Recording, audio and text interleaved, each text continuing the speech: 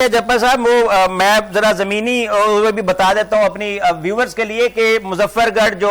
DC office है उससे तकरीबन 80 से 85 किलोमीटर या 90 किलोमीटर दूर ये एरिया है जहां पर ये बता रहे हैं कि मैं रिलीफ देने गया। अमूमन हम सुनते हैं कि जो डीसी ऑफिस के अतराफ में होते हैं ना, एक दो जगह 20-25 किलोमीटर 30 किलोमीटर 35 किलोमीटर यहां तक कि लोग जो अफसरान बाला जाते हैं, लेकिन डीसी साहब एक तकरीबन जो बता रहे हैं वो 80 से 85 या 90 किलोमीटर दूर एरिया जहां के ये बता रहे हैं कि वहां पे जाके रिलीफ दिया। और यही होती हैं वो बातें जिससे आप बाकायदा तौर पर मिसाल बनते हैं और पूरे पंजाब के अंदर जिसमें सबसे बड़े बड़े यानी कि आप ये समझ लें कि डीसी साहब जैसे ही सारे अफसरान हैं उनमें से टॉप करना ये वाकई अहमियत की अमल है। डीसी साहब जरा अपने कैरियर के बारे में भी प्लीज बता दीजिए, क्योंकि हमारे पास टाइम है 2-3 मिनट, तो मैं चाह रहा हूं कि थोड़ा आवाम को आपके कैरियर का पता चले, आपने कब से स्टार्ट किया और कब आपने ये पहुंचा और हम कब आपको कमिश्नर बनता देख रहे हैं। मैंने 2010 में सीएसएस किया था जी। पाकिस्तान एडमिनिस्ट्रेटिव सर्विस में मेरी एलोकेशन हुई, 2011 में ट्रेनिंग शुरू हुई, 2012 में ट्रेनिंग कंप्लीट हुई, तो 13 में हमने जाके गवर्नमेंट ऑफ सिंध को ज्वाइन किया। मैं वहां पे 2013 से 2019 तक वहां काम करता रहा,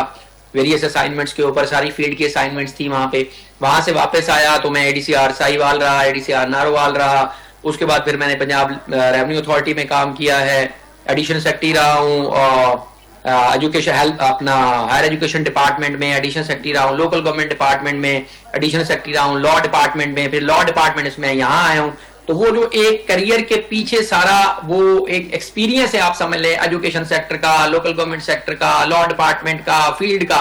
वो सारा फिर कंबाइन होकर अल्हम्दुलिल्लाह उसने बड़ी फेवर की यहाँ पे सर्विस डिलीवरी में। क्योंकि यही फ्लड जब आप यहाँ से भुगता के निकालते हैं तो फिर आगे लामवाला इंडस में इकट्ठा होकर जाता है, तो हर साल वहां से में फ्लड आया करता था, तो उस फ्लड के एक्सपीरियंस ने बड़ा काम आया। तो वही सारे पिछले जैसे एक